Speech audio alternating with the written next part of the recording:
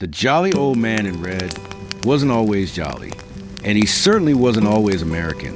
Before the sleigh bells and the milk left by the fireplace, before the department store Santas and the Coca-Cola commercials, there was something else entirely.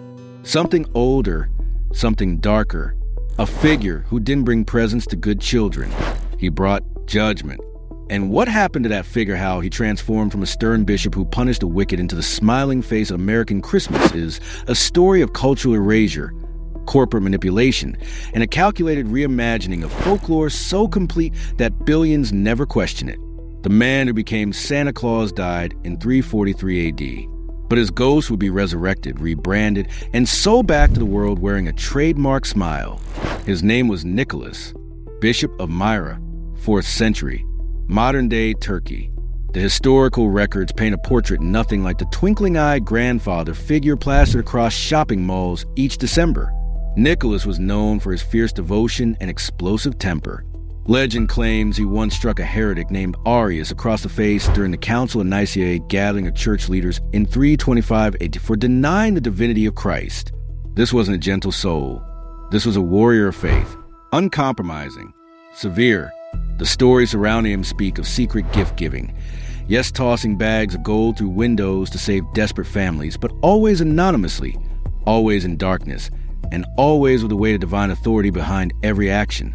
He was a saint, not a spokesperson. For centuries after his death, Nicholas remained exactly that, a religious figure venerated across Europe.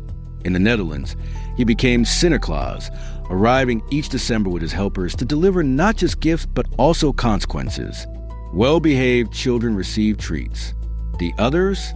Beatings, abduction, transportation to Spain in a burlap sack. The folklore wasn't designed to comfort.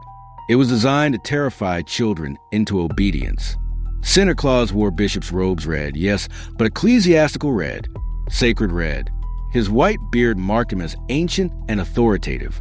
His presence was a reminder that someone was always watching, always judging. This was no mascot. This was a moral enforcer cloaked in religious symbolism. When Dutch settlers brought Sinterklaas to New Amsterdam in the 1600s, the figure began to fracture.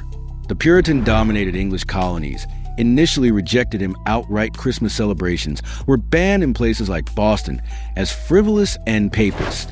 But as immigration swelled and cultural boundaries blurred, something strange began to happen. Sinterklaas started to soften. The bishop's robes faded. The stern judgment mellowed. By the early 1800s, American writers had begun reshaping him entirely.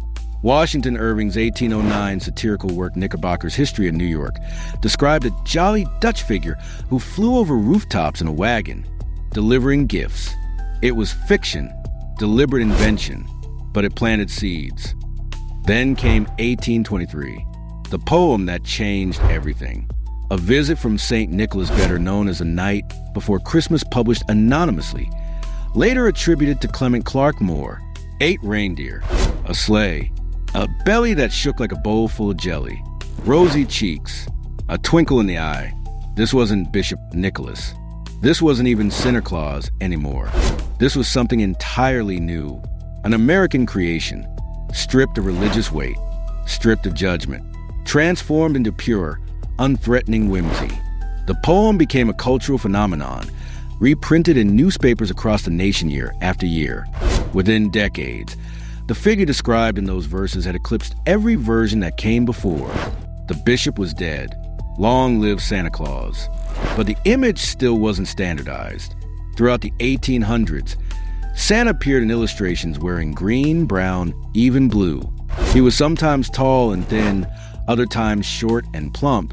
Thomas Nast, the famous political cartoonist, began solidifying a visual in the 1860s through a series of Harper's Weekly illustrations of a rotund, bearded figure in red fur, living at the North Pole, keeping lists of naughty and nice children. Nast gave him the workshop, the elves, the surveillance apparatus that tracked behavior year-round. He transformed Santa from a folk character into an industrialized mythe, perfect reflection of Gilded Age America, where productivity, reward systems, and manufactured joy reigned supreme.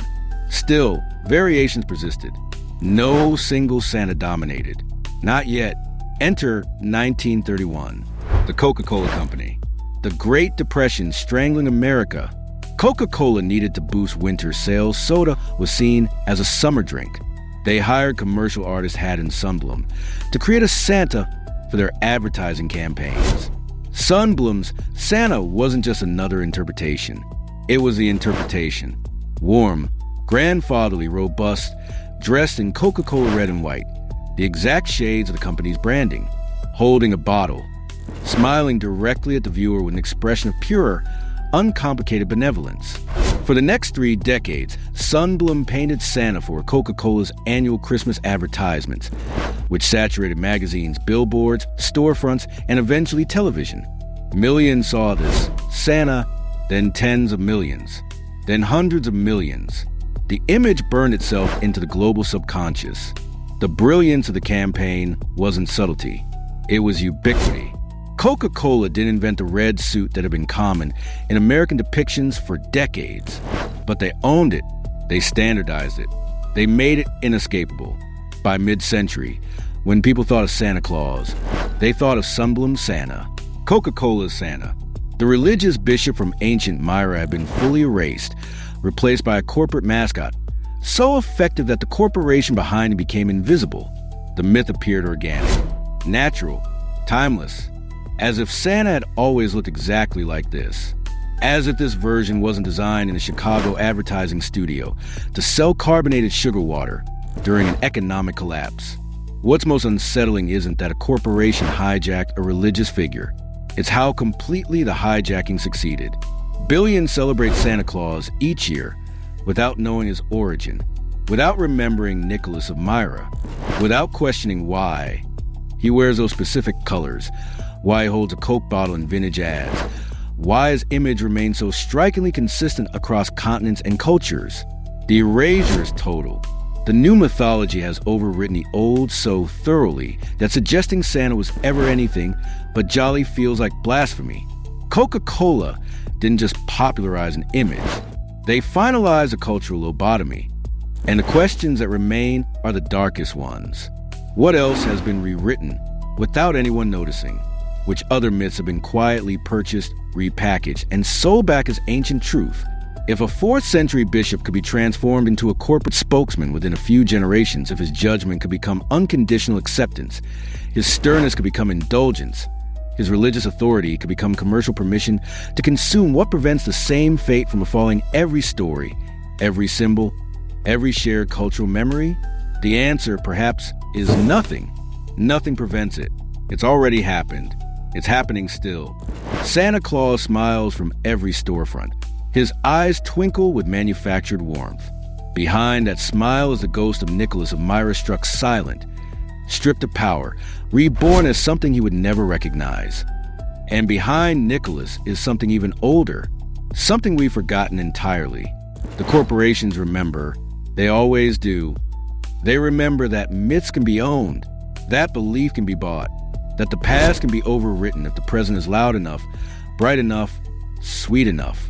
So, when the children sit on Santa's lap this December, whispering their wishes, they're praying to an advertisement. And somewhere in the dark spaces between the jingle bells and the wrapping paper, Bishop Nicholas watches from his forgotten grave, wondering what other saints they'll butcher next.